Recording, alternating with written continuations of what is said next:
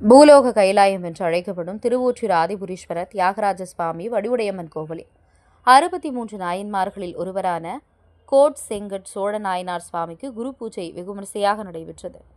சென்னை திருவொற்றியூர் ஆதிபுரீஸ்வரர் தியாகராஜ சுவாமி வடிவுடையம்மன் கோவிலில் மாசி சதய நட்சத்திரத்தில் சுவாமிகளின் குரு பூஜை.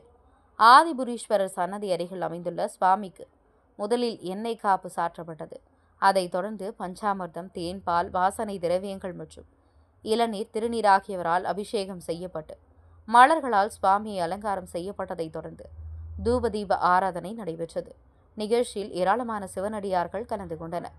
கோச்செங்கோட் சோழர் சிவபெருமானது திருவருளினாலே முன்னை பிறப்பின் உணர்வோடு பிறந்து சைவ திருநேரி தழைக்க தம் நாட்டில் சிவாலயங்கள் பலவற்றை கட்டு திருப்பணியினை மேற்கொண்டார்.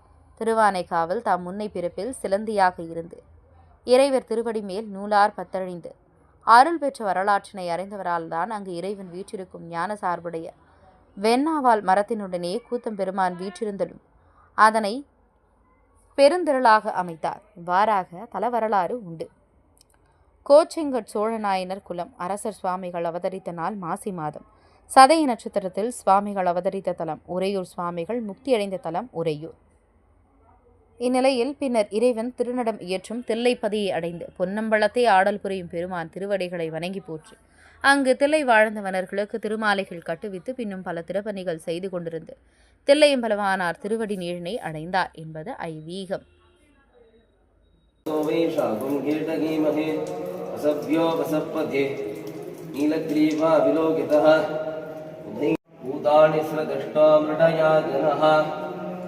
आपुरस्य निषङ्गतिः याते हेतर्मीदत्तमहस्ते बभूभते धनुः ह्यास्मान् विश्वयानादताय कृष्णवे उपाभ्यां कालाग्निरुद्राय नीलकण्ठाय वृक्षेभ्यो हरिकेशेभ्यः पशूनां पतये नमो नमः कृष्णराज कृषीमते पथीनां नमो नमः हरिकेशायो भवेदिने क्षाणं पतये नमो नमः वन्धये वायुविस्मृताय जगतीनां पतये